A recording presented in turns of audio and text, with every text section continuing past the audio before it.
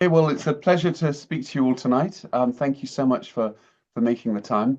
My talk tonight is on one of the most incredible scientists in history and his little-known work on carnivorous plants, which basically founded our understanding of these amazing plants and has ramifications right the way up to today.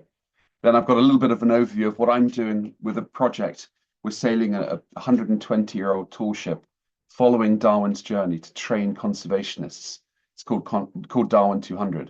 And by coincidence, the ICPS has very generously sponsored one of these amazing young conservationists to study carnivorous plants in South Africa. So I've got some photos to showcase that, an update on that. So my name is Stewart McPherson. It's a pleasure to speak to you tonight. I've been studying carnivorous plants in the wild for about 20 years or so. I've done about 300 expeditions to climb about 200 or so mountains to write 35 books, and I was very lucky to discover about 30 new species of them and do some films and TV documentaries on them. So that's my background. I've got a deep passion for carnivorous plants, and to say they've been quite a big part of my life for a long time. So it's a subject I really love and care about. So yeah, my talk tonight is who is Darwin, his work on carnivorous plants, my Darwin200 project, and some amazing carnivorous plants from South Africa, and an equally amazing young conservationist called Andre, who's doing a project to study them. So very briefly, you might have heard of Darwin. He's one of the pictures you think of when you hear the word scientist. People often think of Newton or Einstein or Darwin. Um, of course, he did a massive, or he partook in a massive voyage around the world from 1831 to 1836.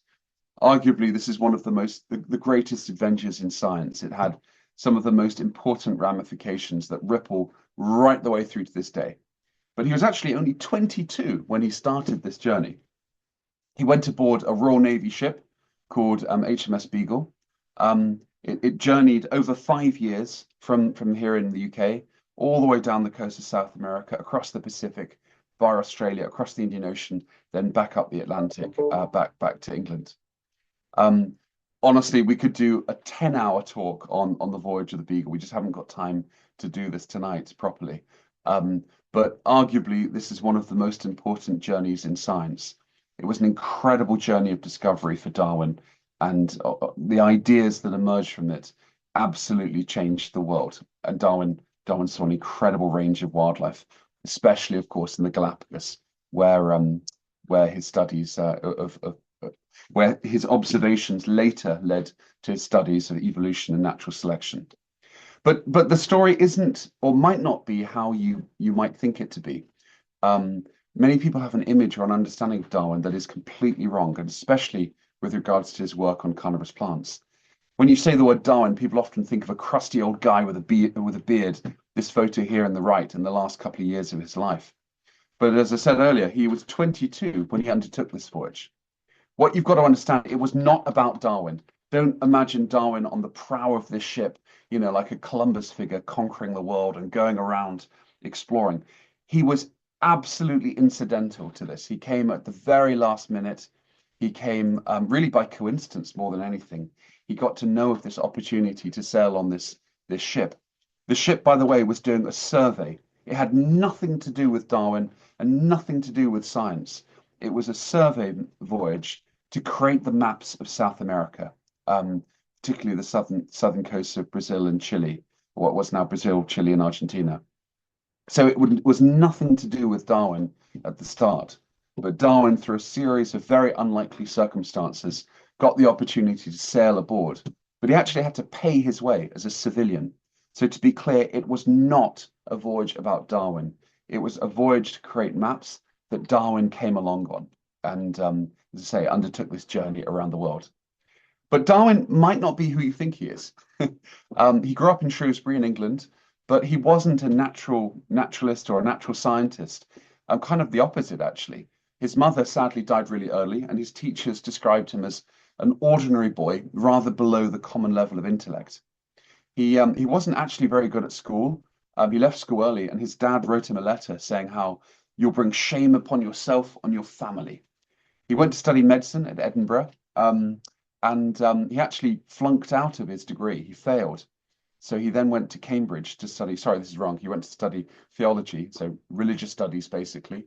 And it was there that he met this incredible professor called Professor Henslow, who helped him get this opportunity to sail on the Beagle.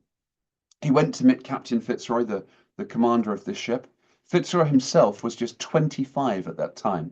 It's mind-blowing how young these guys were. So imagine giving a 25-year-old a ship with 70 men on it and instructing that 25-year-old to sail it around the world for 5 years. And this was his second command, by the way. So this wasn't his first command. So it's amazing how young these captains and equally Darwin himself was. He didn't really even get to a good start there. Fitzroy nearly rejected him by the shape of his nose. Many Victorians believed in this old belief of physiognomy, which is how your physical characteristics can, portray your traits. And Fitzroy thought the shape of Darwin's nose implied that he didn't have determination, which of course is one of the greatest understatements probably of history. But anyway, nose aside, he eventually accepted Darwin, and Darwin went aboard on the ship in December 1831. And after weeks of waiting, the ship was meant to leave on Christmas Day, on December the 21st, 1831. But the sailors got so drunk, it didn't actually leave for 2 days later. And so basically they set sail and embarked on this incredible 5-year journey around the world. Remember, today, you and I can jump on a plane. Okay, it's a bit expensive, but it's totally affordable and easy, really. You could fly to Rio de Janeiro tomorrow for $500, $1,000, or whatever. You could do that. Darwin and Victorians in the early 19th century could not do that. This kind of opportunity was extremely rare. In fact, Henslow himself said it was a once in a century opportunity. So think in the mindset of this time. This was an extremely rare opportunity to go around the world. And so Darwin was very, very lucky to have it.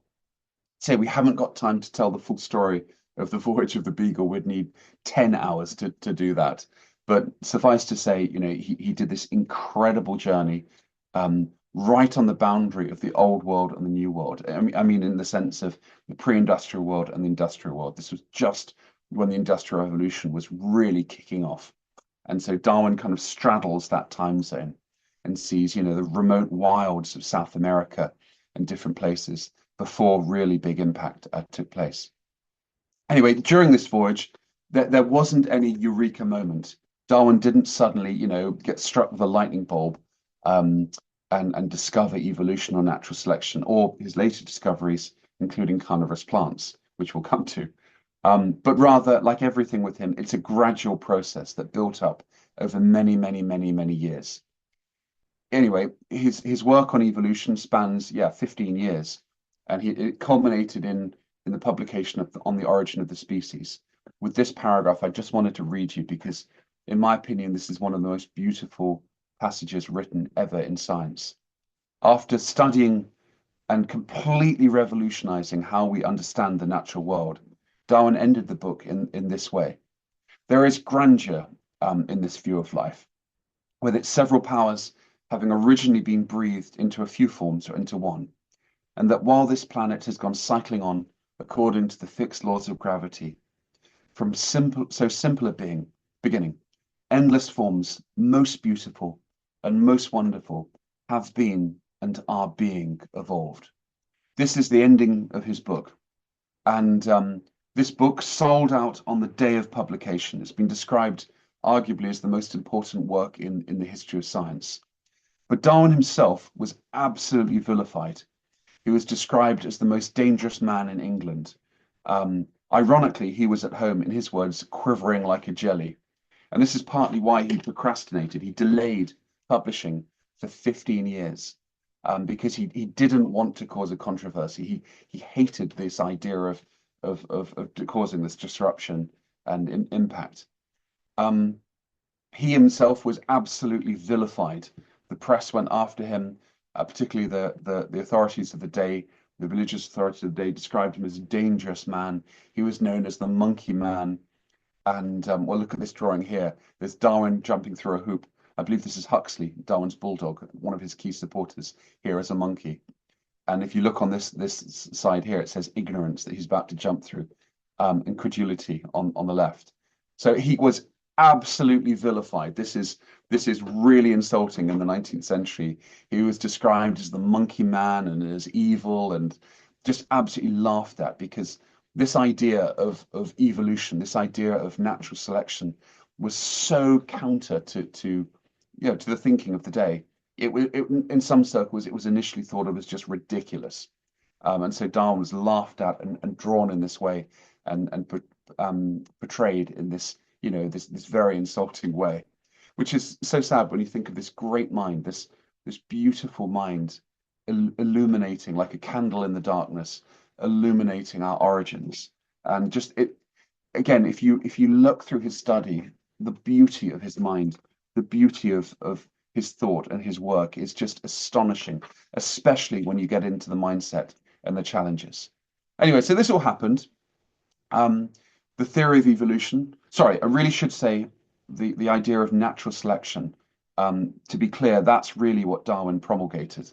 The idea of natural selection as a means for evolution has been described as the biggest single thought in the history of human thinking. The reason for that is it changed everything you see in the natural world. And it really marks the boundary between natural philosophy and the modern scientific method. It had enormous implications, of course, not least with our origins, but equally our understanding of religion versus science. And there was a very important debate in Oxford here in the UK that really cemented that, and arguably was the watershed moment.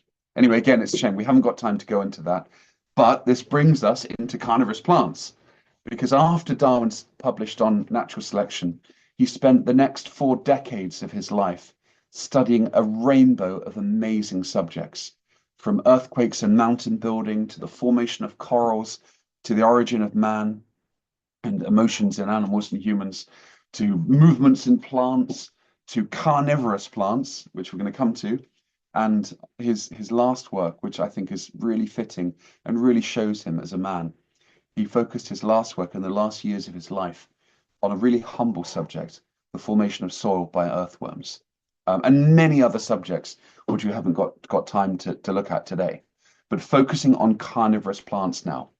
So Darwin stepped into this world to look at carnivorous plants. This is a couple of years after the publication of On the Origin of the Species. At that time, in the early 19th century, carnivorous plants had been discovered but were not understood. Europe very much was the center of this at this time. Amazing plants were being brought back to Europe for cultivation by the aristocracy, the royalty, and the very start of the commercial nurseries selling exotic plants. You've got to get your mindset. It's mind-blowing when you think about it. This all took place at a time of significantly colder climate. This, by the way, you can debate whether climate change is real or whatever. You can debate that. What you can't debate is historic records. And without any question whatsoever, the 19th century was a blip. It was a colder period. It's known as the Little Ice Age. To be clear, it wasn't an ice age at all. It's just a name. But it was definitely a period of cooler global temperatures. For example, the River Thames in London used to freeze over, and they used to have so-called frost fairs on the river. And if you read Charles Dickens's books, for example, you'll read those accounts where London would get 2 feet of snow, which today it doesn't really get any. So again, this has got nothing to do with climate change in the modern context. This is total fact. The climate was definitely much colder 200 years ago. This is clearly known. And at that time, astonishingly, these exotic plants were being brought back to Europe and grown in these glass houses, for example, at Kew Gardens and many other gardens across Europe and North America as well. Astonishingly, these were coal-fired. So can you imagine heating these little pockets of jungle in these Victorian freezing winters, much colder than today, with coal? for the aristocracy and for other purposes as well. Q was also for industrial purposes and for new products. But it was just astonishing that this happened.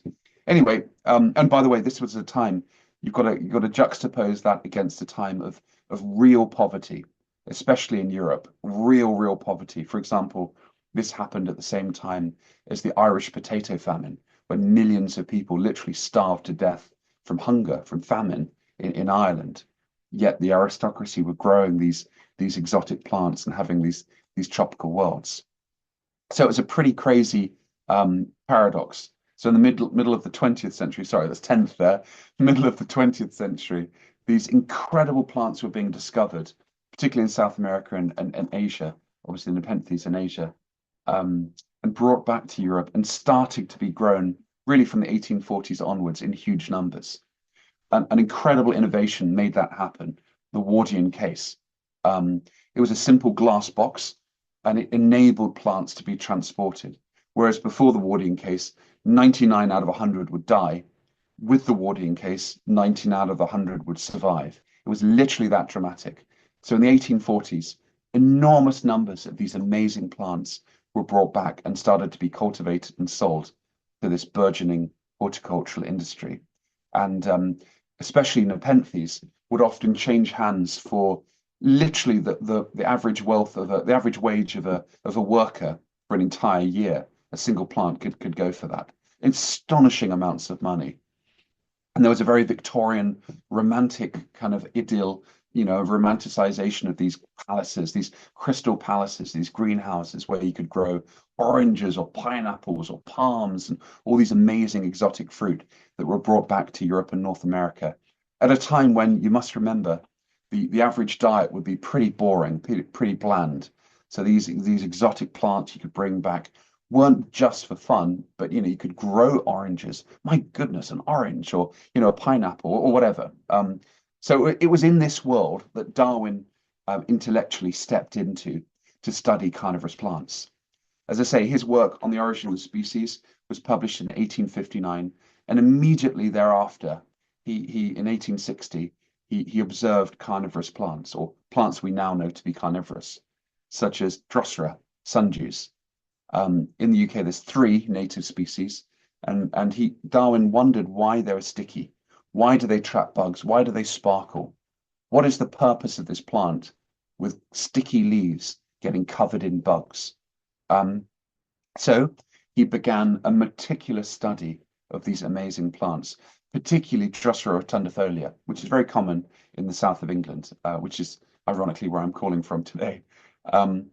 Interestingly, Darwin's own grandfather, Erasmus Darwin, who's an amazing man in his own right, also studied carnivorous plants. Erasmus was part of it, was so-called lunatic society. The word lunatic has no connotation to what we know today, as in a crazy person. It was actually a meeting every lunar cycle, in the full moon. So it had nothing to do with lunatic. But anyway, this society that Darwin's grandfather was part of, Erasmus Darwin, looked at intellectual questions and new ideas. And anyway, Darwin's grandfather studied sundews very basically, but wrote about them in his book, The Botanic Garden, and questioned also why these plants were carnivorous. Anyway, so Darwin began this 15-year studying carnivorous plants at his house called Down House in Kent. His work is unbelievable. If you really get into it and look at what he did, it is mind-blowing, the intricacy of his experiments and his studies, some of which, by the way, have been recreated at Down House that you can see today. Anyway, in a nutshell, in the early 19th century, there was speculation that plants could catch and kill insects. This wasn't a new idea, but Darwin really cemented it, and Darwin really studied this for the first time because there was no real evidence up until that point. As I mentioned, Darwin went out to study carnivorous plants and on again, off again for 15 years, studied these beautiful Drosera and noticed their responses and their extreme, what he said as irritability, what we would call as sensitivity, how the leaves move, how they respond with the tiniest touch to animal proteins and animal compounds. He actually wrote in 1860, I care more about Drosera than the origin of all species in the world. He was definitely a carnivorous plant aficionado, and I'm sure would have been a member of the International Carnivorous Plant Society if he were alive today. He actually described Dionea, the Venus flytrap, as one of the most wonderful plants in the world. Anyway, after this massive study, he eventually published his book, his seminal book, Insectivorous Plants, in 1875. Just like his work on natural selection, he was laughed and mocked and ridiculed, just like being described as the monkey man and this ridiculous idea of evolution. The same was the case with Darwin with carnivorous plants. There were several sarcastic accounts and poems written in several of the journals of the day about, oh my goodness, I can't stand near a daisy, it'll eat me. This kind of thinking, because the idea of a plant eating insects was so radical. It would be like someone saying to you or me, rocks can eat animals. It literally would be something that radical, that outside our thinking, that many people at the time thought it was just ridiculous, just like they had with evolution. But again, like so many times with Darwin, he is, of course, proved right. And of course, we now know that many plants have the ability to catch and kill insects. And from Darwin's work, the modern definition of a carnivorous plant has evolved. That is to attract, capture, and to attract a type of animal prey, to trap it or result in its death, and then to drive some benefit from that. Okay, we now know there are some very complex ones with more complex mutualistic partnerships, but in essence, that was the result of Darwin's work, founding our understanding, literally our understanding of modern carnivorous plants. Anyway, if you ever come to the UK, I really recommend going to Down House, particularly in the autumn. It's just beautiful. They've recreated Darwin's actual collection of carnivorous plants there in Down House. And so, because 3 of his greenhouses, he had 5 greenhouses, and 3 of them survive today. So if you come over to London, definitely go to Down. It's like an hour outside London in Kent. It's absolutely beautiful. So for heaven's sake, go check it out. Anyway, as I mentioned, Darwin kind of straddles the pre-industrial industrial world. Over the last 200 years, since Darwin's work, and certainly since his journey on the Beagle, obviously humans have had an enormous impact on the world. I've seen that even in my lifetime. I'm 41 now, and even in my lifetime, even many of the carnivorous plant species I've discovered and named myself, even some of them have been impacted and brought to the brink of extinction by poaching and habitat loss and so forth. So there has been a huge impact. But equally, there are countless examples of amazing conservation stories pulling species back from the cliff of extinction, pulling species back from the absolute brink. And I've actually set up a project called Ark of Life to do exactly that, to safeguard the most rare nepenthes species that are literally extinct or virtually extinct in the world. But anyway, that's a separate story. The point I'm trying to make, though, is that it's not necessarily too late. For many animals and plants around the world, we can bring them back from the cliff of extinction. And so with that in mind, Charles Darwin changed the world with his mind. So with that in mind, knowing that it's within our power to change not all, but a lot of animals and plants, I created a project called DARWIN200.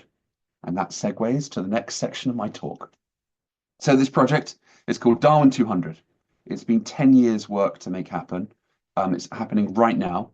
We're basically sailing a historic ship called Oosterschelde. It's a Dutch ship around the world, following the journey of Darwin on HMS Beagle. The truth is, our journey isn't exactly the same as Darwin's, but we go to every major port that Darwin went to. It's as close as we can make it. Our journey is 2 years. Darwin's, or the journey that Darwin was on, the voyage of the Beagle, was 5 years. So again, they're not exactly the same, but they're as close as we can make it. We go to all of the main places that Darwin went to. We're really honoured, really, really honoured to have 3 amazing project patrons. The wonderful Dr. Jane Goodall, the equally wonderful Dr. Sylvia Earle, and one of Charles Darwin's great-great-granddaughters, Dr. Sarah Darwin, who's an accomplished botanist and a naturalist very much in her own right. Anyway, this project isn't another whiny conservation project about problems. Rather, it's about solutions. So in 5 or 10 minutes, to explain what we're doing, we've got 4 objectives. The first one, and the most important one, is we're selecting the world's top young conservation leaders. These are called Darwin leaders. They're 18 and above, ideally 18 to 25, but the upper limit is deliberately flexible. And we bring them to the ports that Darwin went to. They undertake life-changing programs of projects. We basically partner them with a local NGO. They have to then study the conservation of an animal or plant in question. And the idea, it's a training program. It's a way to give them incredible experience in the field that hopefully they'll then take back and use for the rest of their lives. So it's not about what university or what college they've been to. It's not about their academics. It's about a burning passion inside of them. It's different from academics. It's just the raw ability to get out there and change the world. I could give you lots of examples of some of the Darwin leaders that we've already worked with and involved. Some of them literally at the age of 18 planted 20,000 trees or set up conservation projects to save species literally as teenagers. It's that quality that we're looking for. This incandescence, this shine inside of them, this glow. It's something you can't teach, you can't train. They're just born with it. And these amazing young people work with professional cameramen or camerawomen and come to a port that we visit. So to be clear, we fly them to the port, then they use our ship as a floating laboratory/media platform. To give you one super quick example, this young man is called Joseph. He was an amazing Darwin leader we selected from India. He had spent his entire life looking at conservation of primates, of monkeys. So we flew him to Rio de Janeiro, Brazil, and we partnered him with an incredible conservation group there called Refauna that were reintroducing the brown howler monkeys, which Darwin saw in the forests around Rio de Janeiro, and actually even in the city today, like the Tijuca rainforest. Joseph went and did his project for a week, studying the reintroduction of the howler monkeys, literally shadowed the team, learned about the projects, learned about what they do, actually was part of the reintroduction program of these howler monkeys to rebuild the wild populations. Hopefully he brought ideas from India to Brazil and definitely learned lots in Brazil to take back to India. So he then returned back to India to use that experience for the next 50 years or more, hopefully for the rest of his life. So that's what we're doing. We've had over 100 Darwin leaders studying a rainbow of projects. These are just a few of them. So it's something like the Olympics of conservation. We're trying to create lots and lots of different conservation projects, training and empowering these amazing young people to change the world of tomorrow. These are the Darwin leaders. It's all about empowering them, giving them the skills they need to take back and use for the coming decades to change the world of tomorrow. As mentioned, they use the ship as a floating laboratory, and it costs them nothing, by the way. It's completely free for them. Even the flights, everything is free. And my biggest fear was that they would regard it just as a holiday and not take it seriously. But I'm really glad to say out of over 100 projects so far, that hasn't happened once. Every single one of the Darwin leaders have been awesome. And to prove that, I came up from my cabin on the ship. I came up actually this was about 2 a.m. and took this photo to show how hard that they were working and their little teams, the cameramen and Darwin leader teams. Anyway, we haven't got time to do it all tonight, but we've had some incredible projects. From one of them rediscovered a lost species of gecko, others have found new behavior of octopus, and lots of other incredible projects which they've undertaken. So that's the primary objective of DARWIN200. Very quickly, it's got 3 other smaller objectives. The second one is called the world's most exciting classroom, and every single week we beam live to schools around the world. It's completely and utterly free. And every week we create new experiments, natural history curiosity of the week. We do a live uplink to the ship. We do quizzes with conservationists beaming in from the field. And we have about £200, so about $250 US dollars in prizes every week that we give away. I have a little studio here in the south of England, and every week I pre-record an experiment segment, and then the results from so each one has a experiment 1 week, and then 2 weeks later the results. So the kids have to go away and do the experiments and send in their answers and what they've discovered. We also beam live to different places around the world every single week, so kids can literally meet animals in real time. For example, in the Galapagos, and go meet a giant tortoise and ask, what does it eat, and then see in real time by Starlink. They can literally see what it's doing and what it's eating and so forth in real time. And of course, we uplink to the ship. So for the last 2 years, the ship has been going around the world, following Darwin's journey. So we go and see where possible. Sometimes it's not possible, but where possible, we go and follow Darwin's work and see where he went and what he discovered, what he learned, and so forth. We also, as the ship's going around the world, we've got several research projects on the ship itself, including a worldwide bird survey, also a survey for pinnipeds, so seals, sea lions and their relatives, and cetaceans, so whales and dolphins and their relatives. And we do lots of special projects. We've raised loads of money to plant trees. For example, we planted 2,500 in Brazil, and another, I think from memory, 3,000 in Australia, and get kids involved in those. And then last but not least, really importantly, we really try and engage local communities. So it's not just a load of foreigners rocking up and doing their thing. It's really, really, really important to involve the communities in the countries we visit. So we give loads of opportunities for schools to come on the ship, to sail on it, or we go to the schools and give talks. We give loads of lectures and presentations, and get the conservation partners to explain their work in the communities. Because often in a certain place around the world, the local community might not know about the projects literally on their doorstep. So we try and organize these as much as possible. And dear Jane and Sylvia and Sarah have actually joined by Zoom several times in many of these to answer questions. And last but not least, we also do lots of resources. We bring resource books and boxes and so forth to schools, and iPads for the schools we visit. Yeah. So I'm speaking now in April 2025. This ship has been sailing around the world nearly for 2 years. It started in August 2023, and it ends in July 2025 at the end in Falmouth, where it gets back in England, where Darwin stepped ashore after his 5 years journey. The ship is actually in Cape Town in South Africa right now, and that segues very nicely to my next bit. A massive thank you to the ICPS for genuinely sponsoring an incredible young conservationist called Andre, who spent his life basically studying the carnivorous plants of South Africa. Through the ICPS's generous support, Andre is a Darwin leader.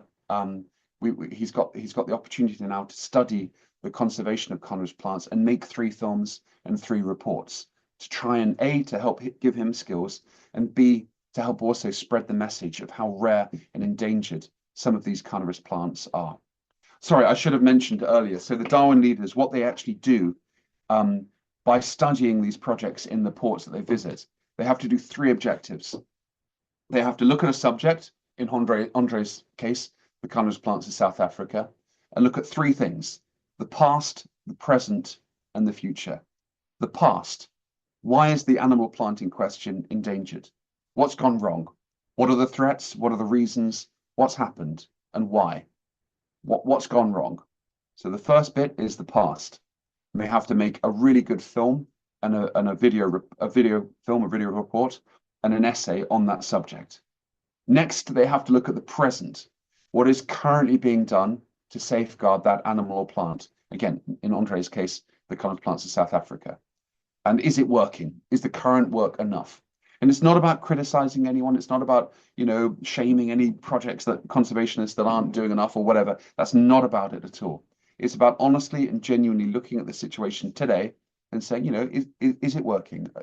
Is the animal or plant in question conserved? Is it stable for the future? Or is more work needed? Or, do we need to do more? Is more resources needed? Or what do we need to do to conserve it and ensure that it's safe for the future? That's their second objective. Then most importantly of all, they've got to use their brains and think about the future. What more could be done? What more could we do to safeguard that animal or plant and give it a better future and a better chance of surviving for the future? So again, through the ICPS, as the International Carnivorous Plant Society, very generously sponsored Andre's project. Andre is looking right now at this subject, at these subjects for carnivorous plants in South America. The South American carnivorous plants are amazing. There's an incredible diversity, but I think it's true to say they've been relatively overlooked, certainly over the last few decades. They've been relatively little studied and relatively little cared for, certainly internationally. You know, by people, by researchers and so forth. They've been relatively little studied up until this point. And this is a shame because many of them are incredibly localized. Some of them are known from 1 or 2 or 3 sites and nowhere else in the world.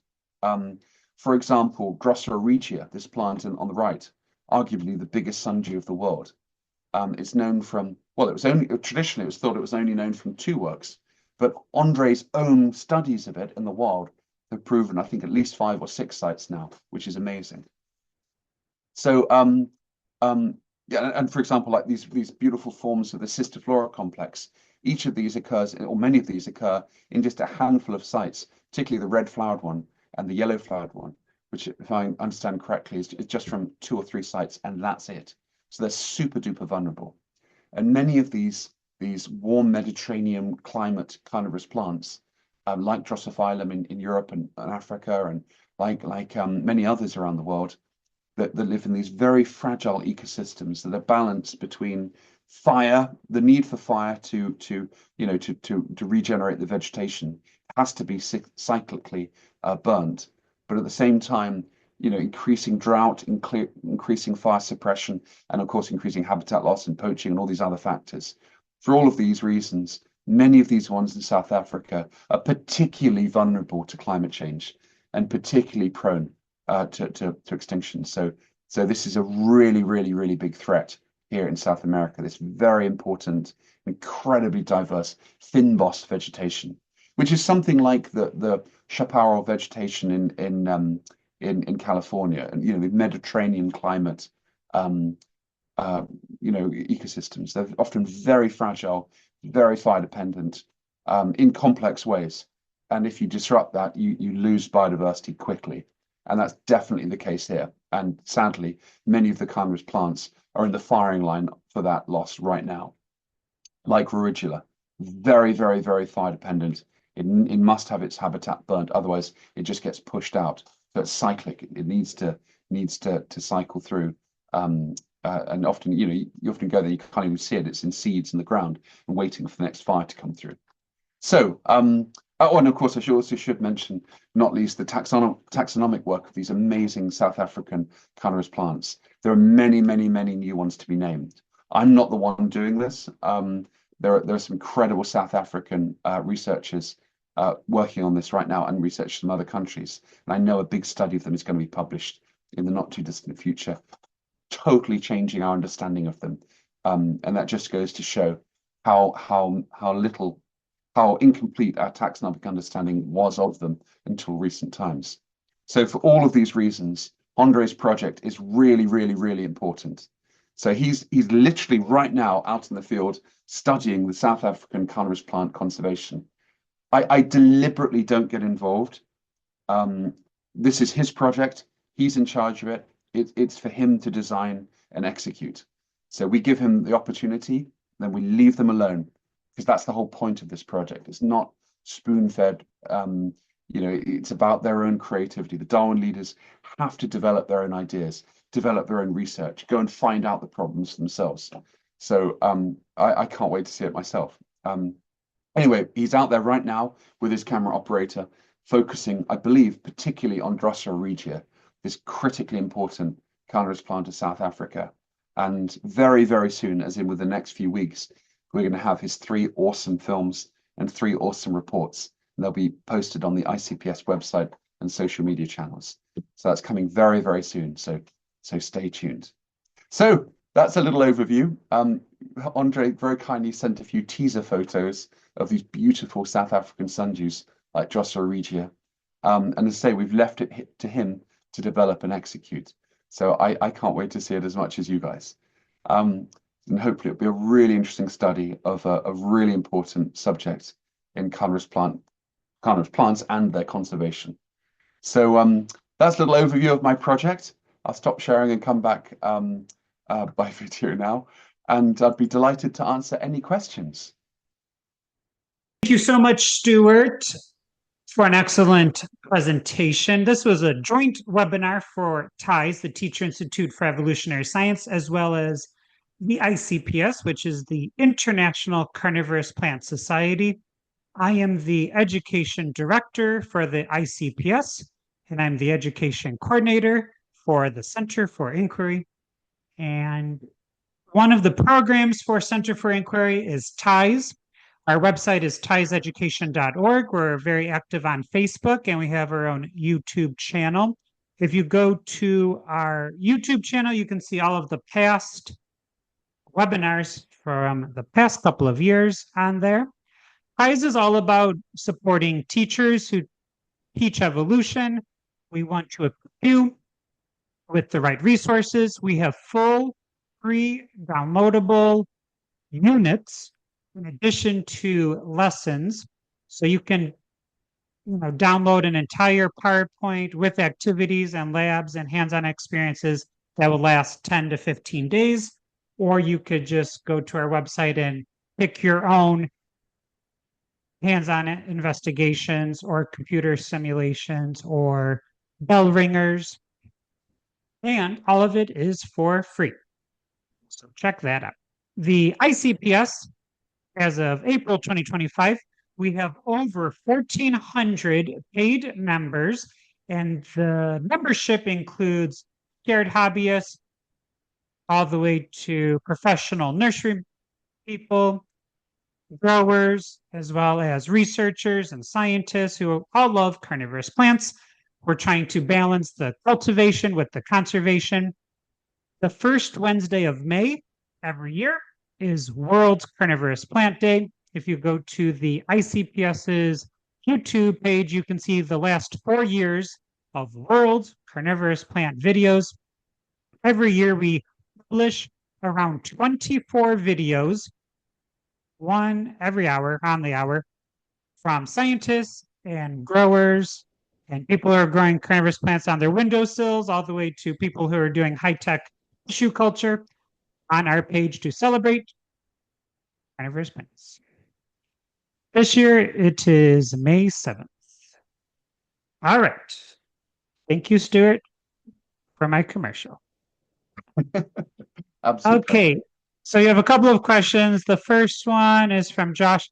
What's going to happen after the ship docks in July?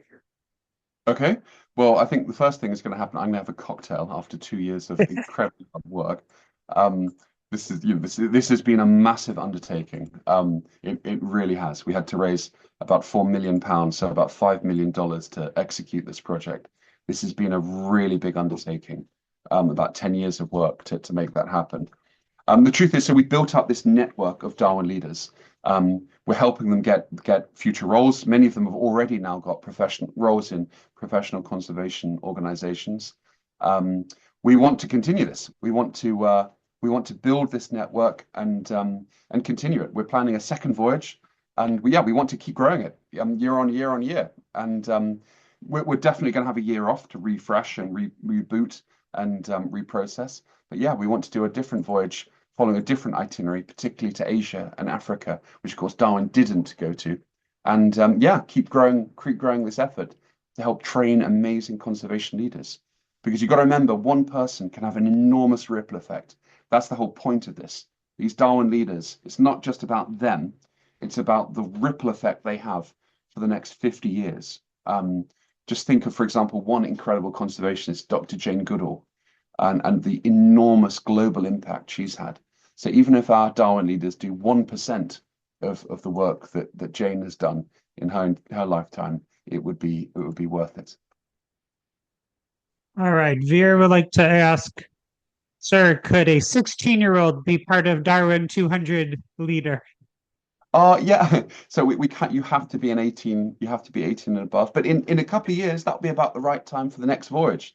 The reason for that is we fly you from wherever you are in the world to the ship. It's completely free.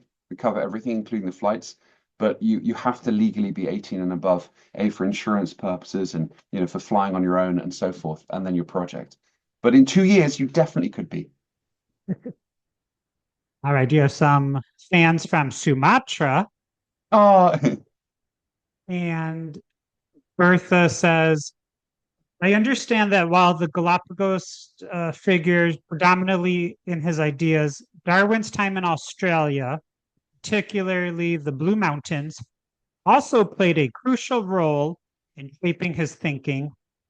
Darwin's observation of unique Australian wildlife like the platypus and the geology of the region contributed significantly to his evolutionary ideas. yeah, Why yeah. doesn't Australia get the same attention or credit as the Galapagos?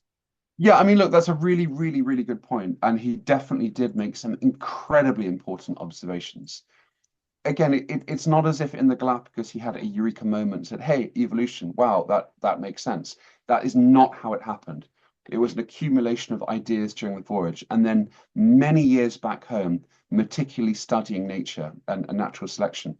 He did experiments on pigeons and rock doves. He did many, many, many different experiments and projects when he got back home. With regards to Australia, he made some incredibly key observations.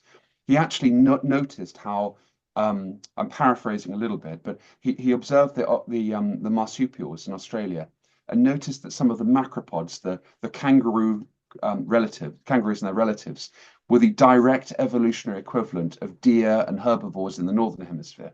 And he actually wrote a very important piece about how he wondered how one God made two separate worlds on separate sides of the planet, and why that should be. Why not have a rabbit in Australia? By the way, obviously there weren't native rabbits in Australia. They're not native to Australia. But my point is that he was like, why would God create marsupials in Australia and deer and rabbits and so forth in Europe? Why would this be separate? Why would the marsupials be down there and the placental mammals, the regular mammals up in the Northern Hemisphere? Why would you have two solutions for basically the same ecological niche? He hadn't answered the question of evolution in Australia, but he was getting pretty darn close to the track.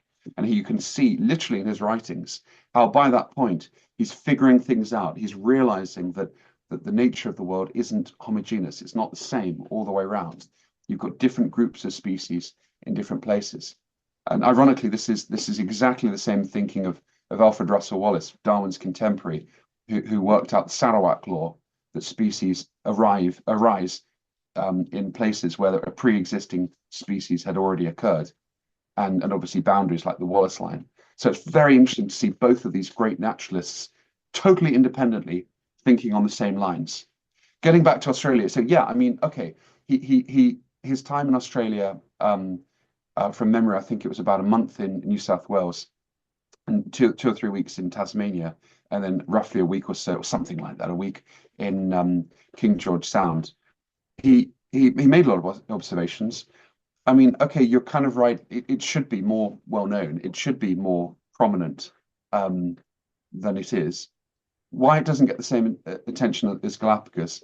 I mean, okay, this is probably a little bit unfair. Galapagos, obviously is famed for its endemism, its giant tortoises, and the Darwin finches and so forth that are very much connected to Darwin. You could make the argument that some of the most important milestones in Darwin's thinking that led to evolutionary science and origin of the species. I mean, yeah, he certainly had some in Australia, but he probably did have more, to be fair, happening in Galapagos. For example, the observation of the different tortoises on each island of the Galapagos, and how you could notice which island, you could identify which island a particular tortoise came from. And same with the Darwin finches and the mockingbirds with their beaks. That more directly led to the theory of evolution, because that was direct, clear evidence of species diversifying unequivocally between islands. Literally, you could see it. So, yeah, I mean, Aussie does, of course, deserve a lot more credit in the story than it perhaps should have got. Galapagos, to be fair, though, probably was the most important place for crystallizing these ideas. And again, it wasn't an instant process. He needed many years to think about this and to analyze it.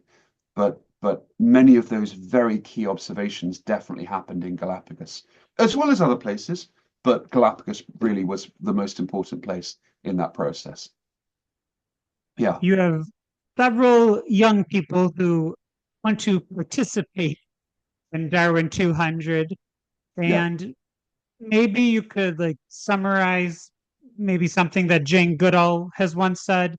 Like for young people who are watching this, maybe the goal isn't to be part of your team, as in like Darwin leader. Maybe the goal should be to be a local conservationist. How can you start doing Well, something? yeah. Jane's message is that every single person matters, and this is an incredibly important message. That every single one of us can affect a positive change in the world of tomorrow, and that's arguably the most important message in conservation. It's easy to always say, oh, someone else will fix this problem, or someone else will pick up that piece of plastic, or someone else will, or report a poacher, or something like that. All of us can contribute to that process. Oh, Bertha's just put in roots and shoots. Yeah, I mean, okay, exactly. This is, for those that don't know, this is the Jane Goodall Institute's wonderful organization that works with teams of young people around the world. So everyone can be part of this. It's not exclusive to conservationists or academics or whatever. That's not it at all. Everyone can be part of learning about nature, working to build a better future, whether that's planting a tree in your back garden or in your local conservation area, or volunteering with a plastic pickup project on a beach, or even just spreading the word and getting people to understand different problems in that way. Specifically with regards to Darwin 200, though, so yeah, there's lots of ways anyone in the world can be involved. Every single week, we have these world's most exciting classroom events. You can go to www.world's most exciting classroom, or there's a link on the darwin200.com website. Every single week, we have a new world's most exciting classroom. It's open, it's free, it costs nothing. Everyone can be a part of it. As I say, we have several $100s in prizes every week to get kids excited in science and nature and conservation. So that's the first way.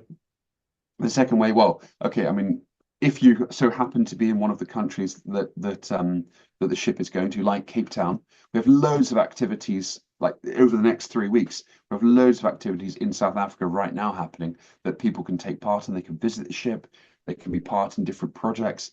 In many of the ports, we plant trees that open to anyone to be involved in, and so forth. So yeah, lots and lots of ways. But on a more general note, though, yeah, conservation is a process that involves all of us, and every single one of you, literally every single person worldwide, can be part of that, and crucially help build a better future.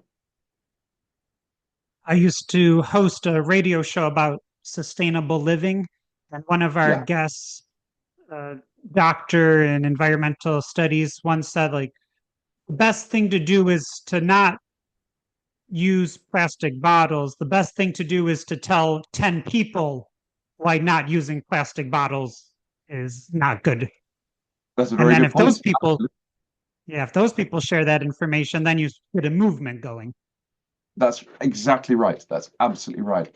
But of course, it's very important to not just say you can't do this, you can't do that. I think it's very important to show why. Why do we not use plastic bottles? If you just dump one on the beach, well, look at that lizard that goes inside, gets trapped, and then gets literally fried and cooked in the sunlight. Once people understand the problems, then it's much easier to help drive solutions. And so I completely agree with you. That is critical, getting people to understand that. And that's why, by the way, the Darwin leaders, so this whole Darwin leader program with Darwin 200, yeah, sure, it's about training the Darwin leaders, but just as much so, the reason why they make these films and these essays explaining the past, the present, the future, is to give free resources, because it's all completely free, it's all completely online, it's all completely non-commercial. And that's about then exposing those anyone in the world can watch those and learn about the problems, and just as importantly the futures and what we can do about it. For our last question, for people who really want to be a Darwin leader, can you come up with one or two traits that all your Darwin leaders share, even though some of them are studying plants, marine mammals, marine animals, land Absolutely. animals? Totally. So again, it's not about academic qualification. We don't care if you can read or write. That's irrelevant. What matters is the raw ability to get out there and do amazing things. It's a completely different quality from academia. The best way I can describe it is just pulling on your boots and getting out there and doing amazing things. As I say, one of the Darwin leaders I've got in mind is an 18-year-old at the age of 18 had volunteered and planted 30,000 trees in their spare time. Just went out there and started planting. I mean, that is incredible. Another one in Kenya set up a conservation project as a 16-year-old and found basically dead animals, dead cheetahs and so forth that had been killed, with roadkill on the side of the road. And she rescued the little cubs, the little kittens, the young ones, and set up a rehabilitation project to release them back into the wild, to help build them up again and release them. That's the quality. So it doesn't matter what you do. It's about making a change, because that's what this is all about. It's about empowering incredible people, drivers of change, people that will change the world of tomorrow. So that's the quality that the Darwin leaders have to have.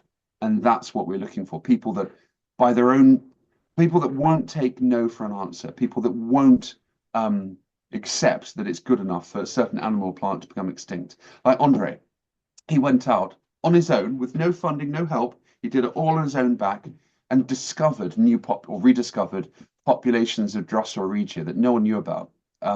He totally changed our understanding of that species and has done loads to help conserve it and lobby in different ways for the conservation of carnivorous plants. So that's the skill, just getting out there and doing amazing things to build a better future of tomorrow. That's what makes these Darwin leaders such special people. And what I really, hand on my heart, hope is they'll then continue for the next 50 years of their lives and change the world of tomorrow. All right, let's end on that optimistic note. Absolutely. Thank you, everyone who attended this live, and thank you so much, Stewart. Absolute pleasure. It was lovely to speak to you today. It's not a surprise that gardeners, educators, and scientists are fascinated by these unique plants. The International Carnivorous Plant Society, or ICPS, not only love these plants, but welcomes growers just getting started all the way through professional scientists. The ICPS even started an annual World Carnivorous Plant Day to celebrate them. The free online event is held the first Wednesday of May. Take a look around our website and you'll find historic documents about carnivorous plants, growing guides, free educational resources, and more. Have questions? Ask. We don't bite, but our plants do.